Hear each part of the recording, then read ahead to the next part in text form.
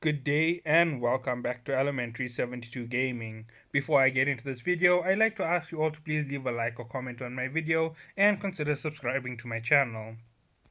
Now today I'm going to be going over a solo PvP video.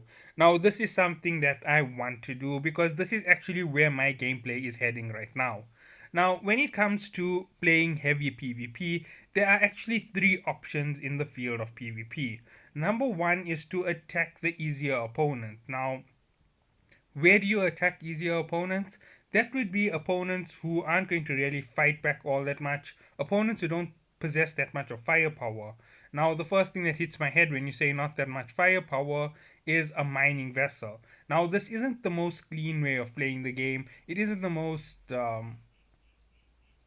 unfair thing either because it's part of the fact that lowsec has that uh, non-security within the asteroid belts, within the anomalies, and these are things you can actually do to go and play and farm in this method.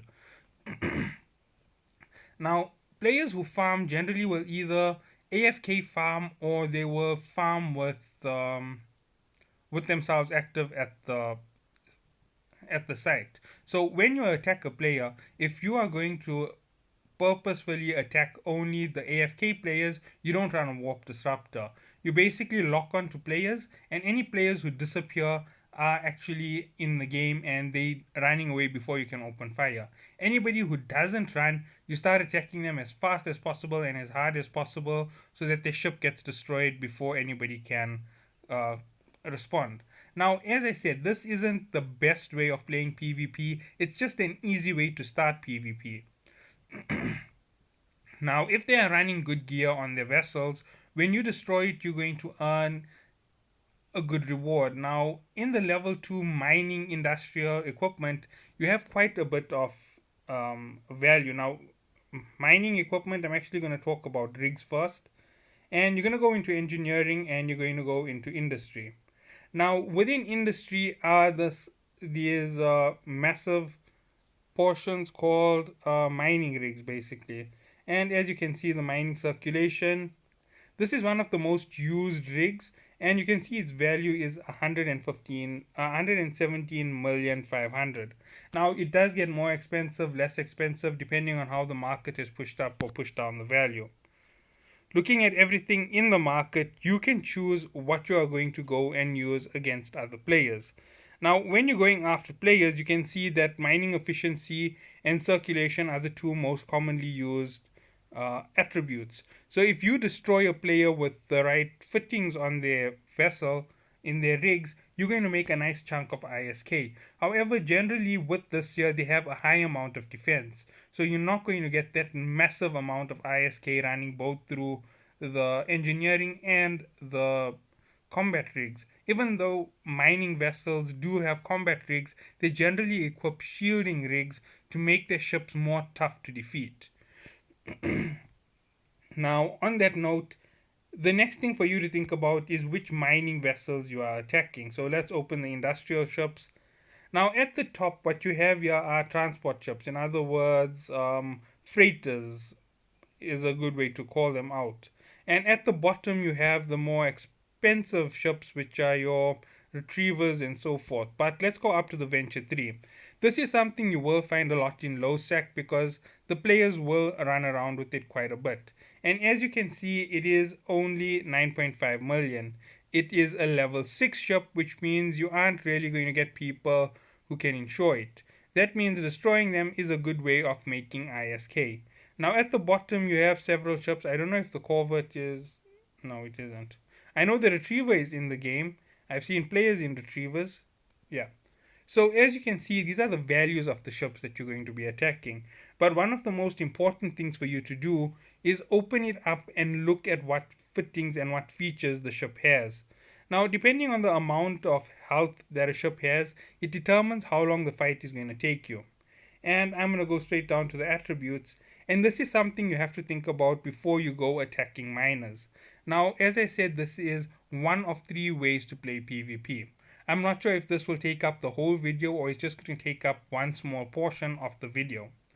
Now, looking at what you're expecting to go against, you need to decide which fittings work, which fittings don't work.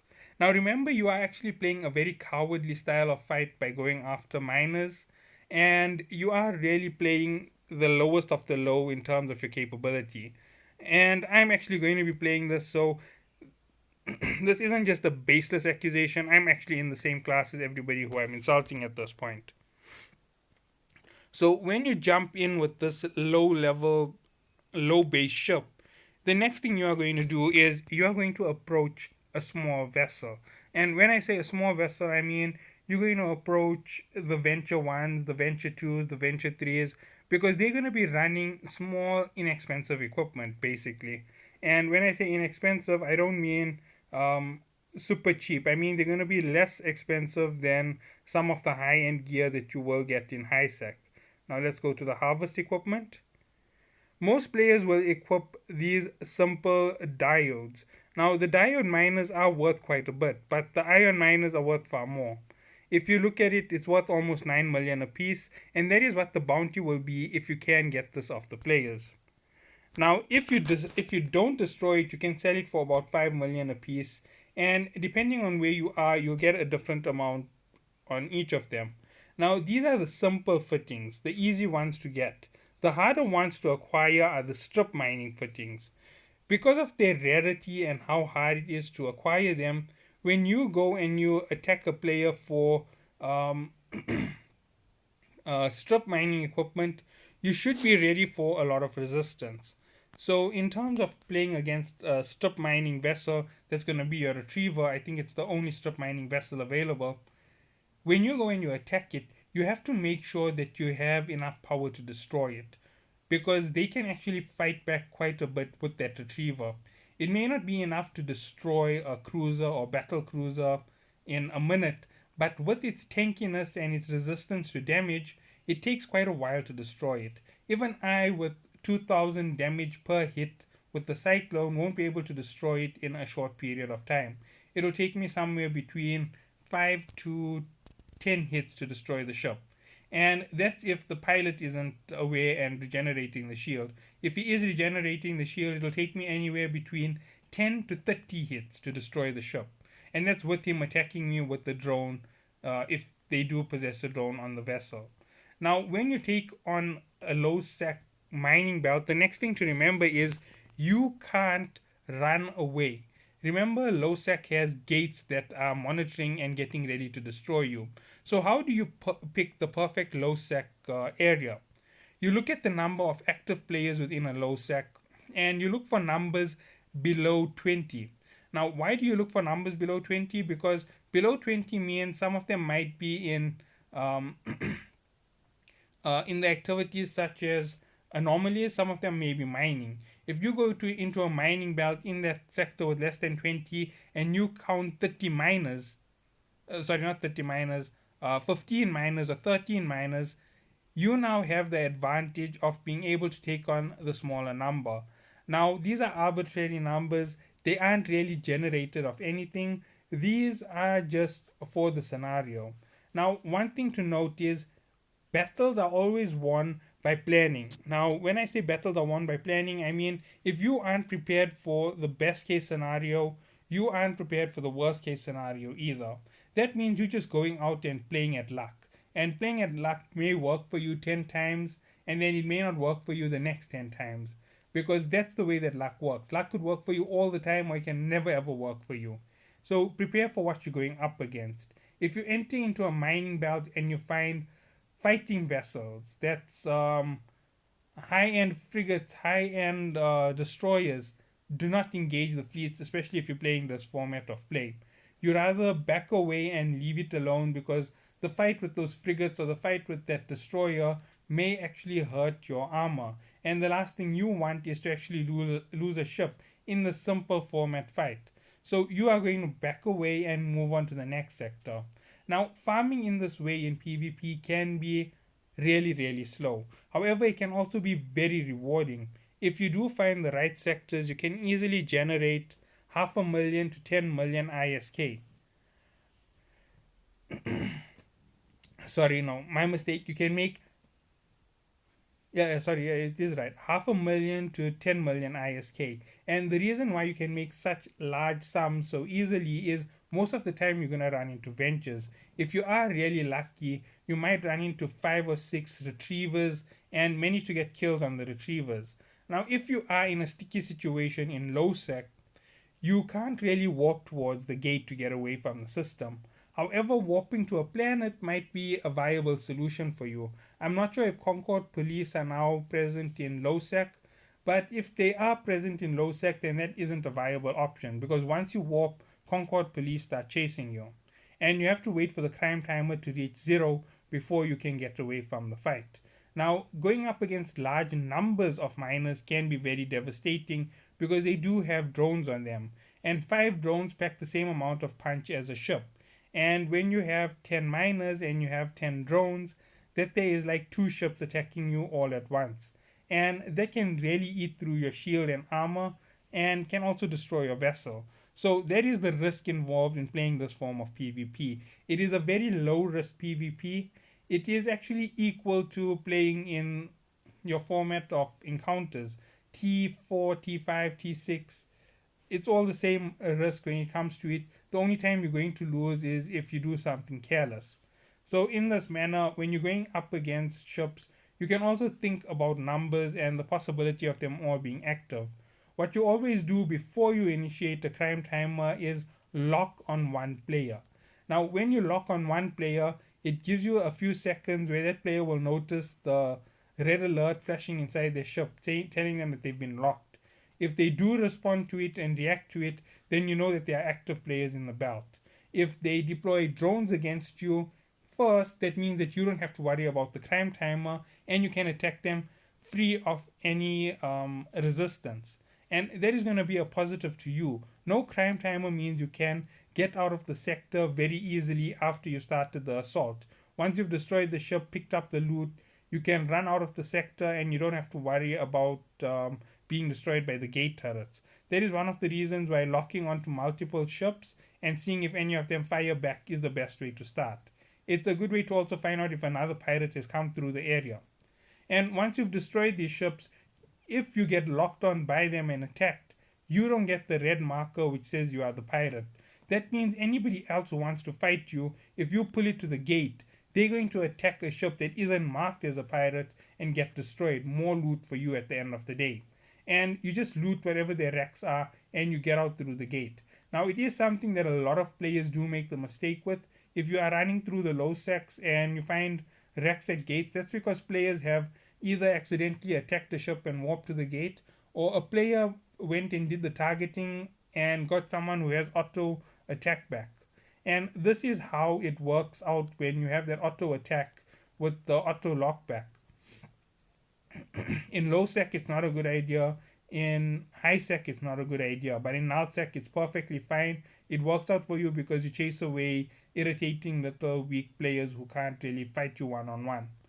But this is something that helps you out in terms of running through the low sec for being a pirate. You can be a pirate in low sec. There's no such thing as you can't be. The fact that the gates will destroy you just means that you can't run to a gate after you've engaged a fight.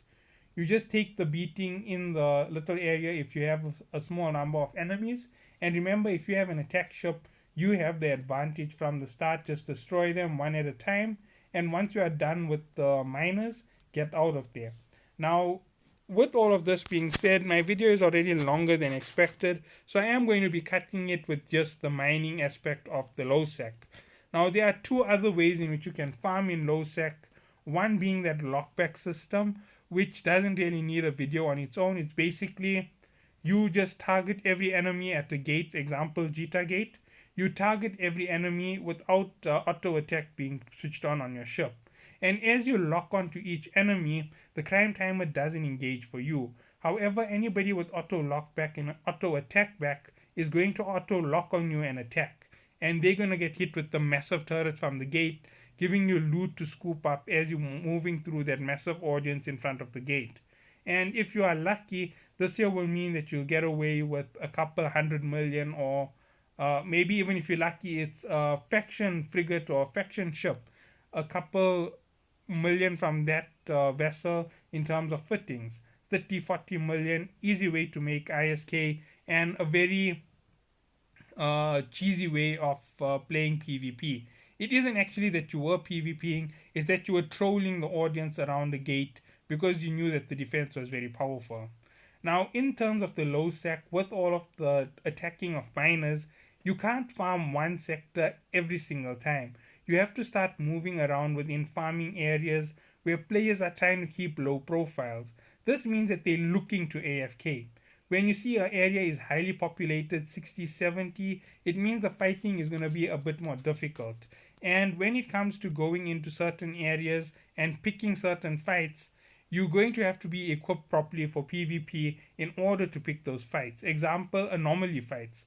Anomalies are very difficult to actually take on for the purpose of PvP. You have to change up your radars and your scopes very specifically so that you can attack players and run away. That means that folder that I showed for the custom filter has to be set to celestial bodies and player vessels, and you're looking for neutral players or enemy players. So you only have to look within that one scope. You can't attack allies because if you attack allies, there's a strong chance you're going to get attacked back at your base or you're going to get kicked out of your corporation.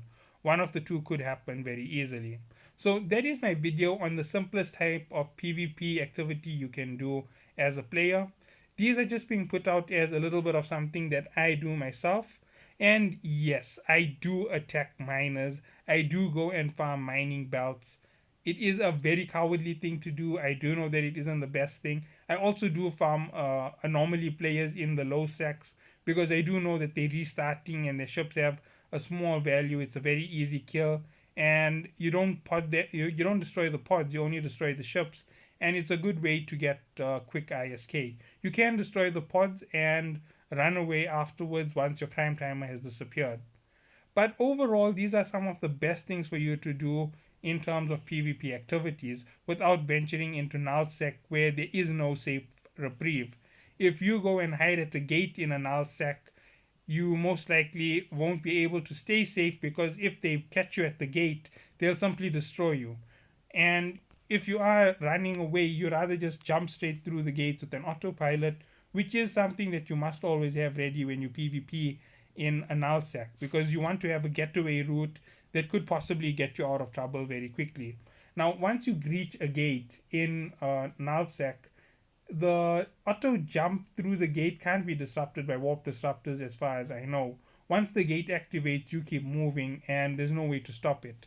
So that is going to be it for this video on the easiest forms of PvP against miners. Thank you all for watching. Hope you had a good day.